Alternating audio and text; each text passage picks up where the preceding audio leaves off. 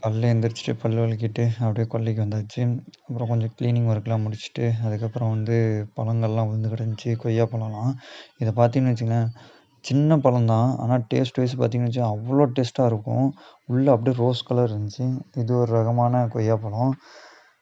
அப்புறமேட்டு பச்சை மொளகா. நம்ம போட்டிருந்த கவர்மெண்ட்லேருந்து குடுத்துருந்த விதைய போட்டு நம்ம வந்து பச்சை மொளகாவையும் பிரிச்சாச்சு.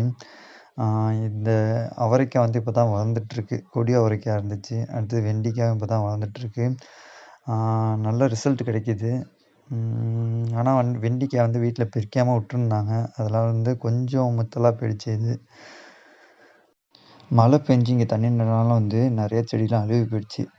அதனால வந்து நம்ம பக்கத்திலேயே வந்து அ எல்லா விதைகளும் போட்டு வச்சிருந்தோம். அதில வந்து கொஞ்சம் விதைகள்லாம் முளைச்சு வந்திருக்கு. இது இன்னும் கொஞ்சம் சைஸா வளர்ந்த பிறகு செடி நம்ம வந்து திரும்ப நட்டு வச்சிடலாம். சரி ஓகே கைஸ் இதே மாரி நெக்ஸ்ட் ஒரு ஷார்ட்ஸ் வீடியோல சந்திப்போம். Okay bye bye.